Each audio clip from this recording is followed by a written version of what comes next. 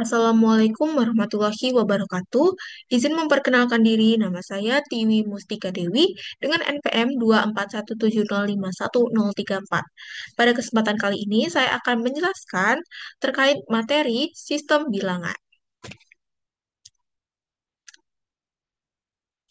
Nah, sebelumnya kita akan membahas terkait pengertian dari sistem bilangan itu sendiri. Sistem bilangan adalah cara untuk mewakili angka menggunakan simbol dan aturan tertentu. Setiap sistem bilangan memiliki basis atau radiks, yaitu jumlah simbol unik yang digunakan. Nah, sistem bilangan ini akan sangat berguna atau terpakai di sistem komputer untuk mewakili suatu angka atau simbol-simbol dan aturan tertentu. Dan selanjutnya, di sini ada jenis-jenis, oke. Di sini ada jenis-jenis sistem bilangan. Yang pertama ada sistem desimal atau basis 10. Sistem yang paling umum digunakan dalam kehidupan sehari-hari. Dan simbolnya itu biasanya dari angka 0 sampai 9. Jadi seperti 0, 1, 2, 3, 4, 5, 6, 7, 8, 9. Dan selanjutnya ada sistem biner. Nah, biner ini basis 2. Digunakan dalam komputer dan sistem digital. Dan itu simbolnya 0 dan 1. Jadi untuk bilangan biner itu hanya ada angka 0 dan 1 aja. Dan selanjutnya ada sistem oktal atau basis 8 digunakan pada sistem komputer lama dan simbolnya itu biasanya dari angka 0, 1, 2, 3, 4, 5, 6, dan 7. Dan selanjutnya ada sistem heksadesimal atau basis 16, sering digunakan dalam pemrograman dan representasi warna. Nah, simbolnya itu dari 0 sampai 9 dan huruf A sampai F untuk mewakili angka 10 sampai 15. Jadi untuk di atas 9 akan diwakili oleh huruf. Dan selanjutnya, saya akan membahas terkait konversi sistem bilangan tersebut antara sistem bilangan satu ke sistem bilangan selanjutnya, yang lainnya maksudnya. Dan di sini, oke, kita akan mulai untuk konversi desimal ke biner.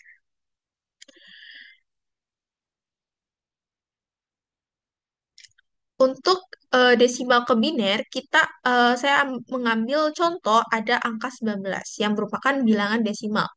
Nah, bagaimana cara untuk mengubah angka desimal menjadi biner? Yang pertama sebenarnya ada dua cara yang saya tampilkan pada kesempatan kali ini. Nah, untuk cara pertama itu kita bagi langsung dengan dua.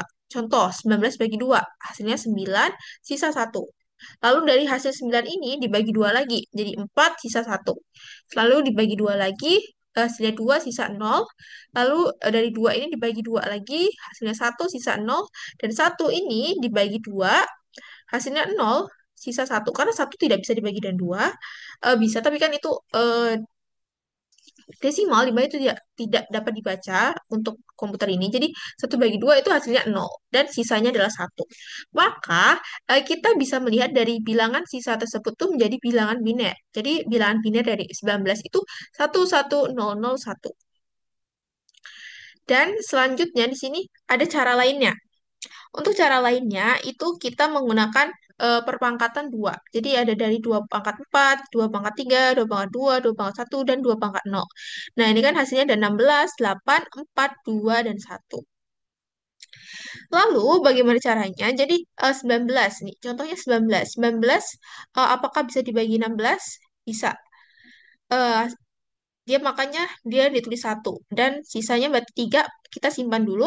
Apakah 3 itu bisa dibagi 8? Tidak bisa. Maka dia 0. Untuk hasilnya 0. Terus 3 apakah bisa dibagi 4? Tidak bisa. Maka dia 0 lagi. Dan 3 apakah bisa dibagi 2? Bisa. Dia hasilnya satu, lalu sisa satu. Satunya kita simpan. Lalu satu apakah bisa dibagi dengan satu? Jawabannya bisa. Jadi satu bagi satu. Maka bilangan binernya adalah 10011. Dan selanjutnya kita akan konversi biner ke desimal.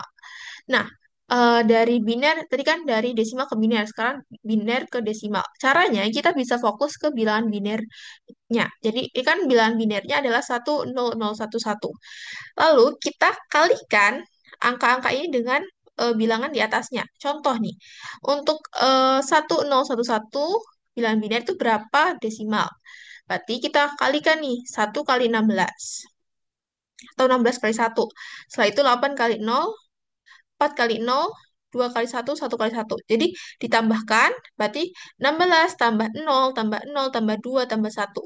Sama dengan 19. Jadi, bilangan desimal dari 10011 itu adalah 19. Nah, untuk selanjutnya ada konversi desimal ke oktal. Nah, kita untuk oktal itu berarti kan dia basisnya 8. Maka untuk cara pertama ini kita bagi nilainya itu dibagi 8. Jadi di sini saya mengambil contoh untuk nilai desimal yaitu 77. 77 dibagi 8 hasilnya 72. Eh berarti masih sisa 5, ya kan? Sisanya 5. Habis itu 5 ini em, 9 ini dibagi 8. Bisa? Bisa. Berarti hasilnya 1, terus sisa 1. Terus selanjutnya 1 ini dibagi 8. Apakah bisa? Tidak bisa. Maka hasilnya 0 dan sisanya 1. Maka di sini eh, bilangan oktalnya itu 115. Dan kita bisa juga menggunakan cara lain, yaitu pertama, seperti yang tadi sebelumnya, kita cari dulu untuk menggunakan perpangkatan. Jadi 77 dibagi 2 pangkat 6. Nah, 2 pangkat 6 berarti 64 ya. Berarti ini satu, terus selanjutnya, dan seterusnya. Dan ini 1001, 101 ini merupakan bilangan binernya. Lalu, karena dia itu eh, oktal, kita menggunakan aturan namanya 421. Jadi, kita ambil dari belakang, jadi 124, 124, berarti 1 ya. Nah, terus pembedanya di mana? Jadi di sini kita kalikan. Nih, 1 kali 1, 1. Terus kalau untuk yang masih ada 3 kotak ini, maka kita ada operasi hitung jumlah dan kali. Jadi 4 kali 0, 0. Ditambah 2 kali 0, 0. Berarti 0 ditambah 0. Habis itu 1 kali 1, 1. Berarti 0 tambah 0 tambah 1. Sama dengan 1. Dan selanjutnya di sini 4 kali 1, 4. Ditambah 2 kali 0, 0. Ditambah 1 kali 1, 1. Berarti 4 tambah 0 tambah 1. 4 tambah 1 sama dengan 5. Maka hasilnya 5. Dan setelah itu kita bisa temukan nih bahwa bilangan oktalnya itu adalah 115. Untuk bilangan desimal 77. Dan selanjutnya kita akan konversi oktal ke desimal. Nah, untuk contohnya di sini saya menggunakan 648. 648 ini merupakan bilangan oktal dan saya akan mengubahnya.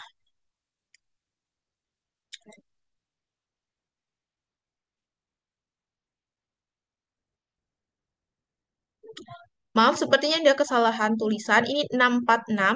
Jadi ini merupakan bilangan oktal 646. Nah, 646 ini kita akan ubah em, menggunakan cara tabel ini. Jadi kita ada 8 pangkat 2, 8 pangkat 1, 8 pangkat 0. Nah, berarti kita bilangan oktalnya itu 646 ya. Maaf, di sini ada kesalahan sedikit. Nah, selanjutnya kita bisa cari nih, 8 pangkat 2 berapa? 64. 8 pangkat 1 berapa? 8. Dan 8 pangkat 0 berapa? 1. Lalu, dari angka tersebut, kita kalikan. 6 kali 64, lalu selanjutnya ada 4 kali 8, 6, 6 kali 1. 6 kali 64 berapa? 384. Lalu 4 kali 8, 32. Lalu 6 kali 1, 6. Nah, selanjutnya kita tambahkan 384 tambah 32 tambah 6 sama dengan 422. 422. Jadi, bilangan desimal dari nilai oktal 646 adalah 422. 422. Nah, itu ada di dalam desimal. Nah, selanjutnya kita akan membahas terkait konversi desimal ke heksadesimal. Nah, untuk heksadesimal berarti itu basisnya 16. Jadi, biner itu 2, lalu oktal itu 8, dan heksadesimal itu 16. Nah, contohnya di sini saya mengambil 155. 155 dibagi 16 sama dengan 9, sisa 11. Dan tadi sempat saya singgung di sebelumnya bahwa nilai yang dalam heksadesimal itu setelah angka 9 itu kita mulai dengan huruf. Nah, berarti kan setelah angka 9 itu angka 10. Nah, 10 berarti A, 11 maka B. Nah, lalu di sini hasilnya kan 9, 9 bagi 16, berarti 0. Sisa 9. Nah, selanjutnya kita juga ada cara lainnya. Cara lainnya kita, karena ini bilangannya cukup besar, kita ambil dari 2 pangkat 7 ya. Jadi 155 bisa dibagi 128 bisa, hasilnya 1. Dan begitu pun seterusnya, kita cari sisanya apakah dia bisa dibagi. Kalau dia bisa dibagi, maka dia hasilnya 1. Kalau tidak bisa, dia 0. Dan sisanya akan dilanjutkan ke seterusnya. Dan ini merupakan bilangan binernya, yaitu 1 0 0 1 1 0 1 1. Nah, ini merupakan bilangan binernya. Nah, kalau dalam heksadesimal itu kan kita ada namanya aturan 8421. Jadi kalau misalkan tadi oktal 421, kalau heksadesimal itu 8421. Nah, gimana caranya? Kurang lebih sama dengan sebelumnya, yaitu 8 kali 1, 8 ditambah 0 kali 4, 0, 0 kali 2, 0, dan 1 kali 1, 1. Berarti 8 tambah 1, 9. Dan selanjutnya ada 8 kali 1, 8 tambah 0 kali 4, 0, 2 kali 1, 2, dan 1 kali 1, 1. Berarti 8 tambah 2 tambah 1 sama dengan 11. Nah, 11 itu kan dia lebih dari 9, maka dia pakai huruf. Kita memakai huruf. Maka dia kita dalam kurung B. Gitu.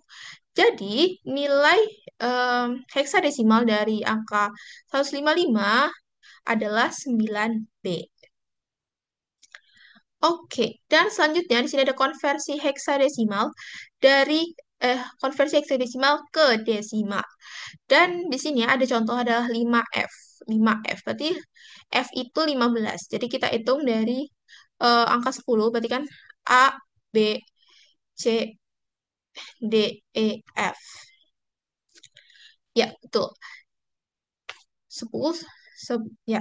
Jadi F itu adalah 15. Dan di sini kita bisa langsung kalikan saja. Berarti ini kan 5 kali 16. Terus 15 kali 1. 5 kali 16, 80. 15 kali 1, 15. Sama dengan 95. Jadi nilai desimal dari 5F itu adalah 95. Dan ini merupakan tabel dari nilai heksadesimal, di mana kalau misalkan 0 itu berarti 0, 1 1, berarti kalau 1 itu 1, 2 itu 2, dan seterusnya sampai 9. Dan dimulai dari angka 10 itu kita berubah jadi huruf A. Jadi 10 itu A, 11 itu B, 12 itu C, 13 itu D, 14 itu E, dan 15 itu F. Dan selanjutnya ada kode ASCII. Jadi dalam pemrograman komputer kita eh, akan menggunakan kode ASCII sebagai sebuah simbol untuk memberikan output eh, berupa huruf atau berupa karakter atau berupa angka.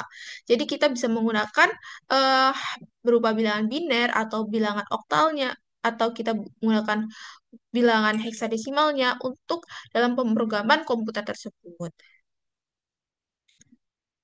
Nah, selanjutnya penerapan sistem bilangan. Jadi, sistem bilangan ini digunakan dalam beberapa kondisi nih. Untuk sistem biner sendiri, itu digunakan karena komputer hanya memahami dua kondisi, yaitu on dan off, yang direpresentasikan dengan 1 dan 0. Nah, penggunaannya itu bisa dengan menyimpan data berupa karakter, angka, gambar, video yang dikodekan dalam bentuk biner. Lalu instruksi prosesor, di mana instruksi mesin ditulis dalam kode biner. Lalu pemrosesan logika digital, di mana semua operasi aritmetika dan logika dikonversi ke bentuk biner. Nah, contohnya seperti huruf A dalam kode ASCII adalah 65 dan dalam biner 01000001. Jadi di sini hurufnya itu direpresentasikan melalui kode ASCII. Dan selanjutnya ada sistem heksadesimal dalam pemrograman dan elektronik. Alasan digunakannya karena lebih ringkas dari biner, mudah dibaca manusia, dan tetap mewakili informasi biner dengan akurat. Nah, penggunaannya itu seperti representasi warna dalam desain web. Contoh nih, ada FF0000 yang merepresentasikan warna merah. Dan selanjutnya ada debugging dan memory dump di pemrograman low level, di mana alamat memori ditulis dalam hex atau heksadesimal. Nah, selanjutnya ada microcontroller dan sistem embedded, di mana kode mesin dan alamat memori dalam heksadesimal. Dan selanjutnya ada penerapan sistem oktal dalam elektronik dan sistem lama. Alasan digunakan oktal karena untuk menyederhanakan representasi biner, terutama di era awal komputer, misalnya pada PDP-8. Dan penggunaannya itu biasanya hak akses file di sistem operasi Unix atau Linux, misalnya chmod 755, di mana itu menggunakan oktal dan sebagai shorthand untuk biner dan dalam peralatan digital lama. Dan untuk sistem desimal dalam kehidupan sehari-hari biasanya digunakan sebagai sistem default untuk manusia dalam pengukuran, perhitungan matematis dasar, dan representasi hasil akhir dalam aplikasi komputer. Jadi biasanya kalau misalkan yang di-outputkan itu berupa bilangan desimal. Dan mungkin itu sekian presentasi atau penjelasan saya terkait sistem bilangan. Mohon maaf jika ada salah kata atau hal yang kurang berkenan. Saya akhiri. Wassalamualaikum warahmatullahi wabarakatuh. Terima kasih.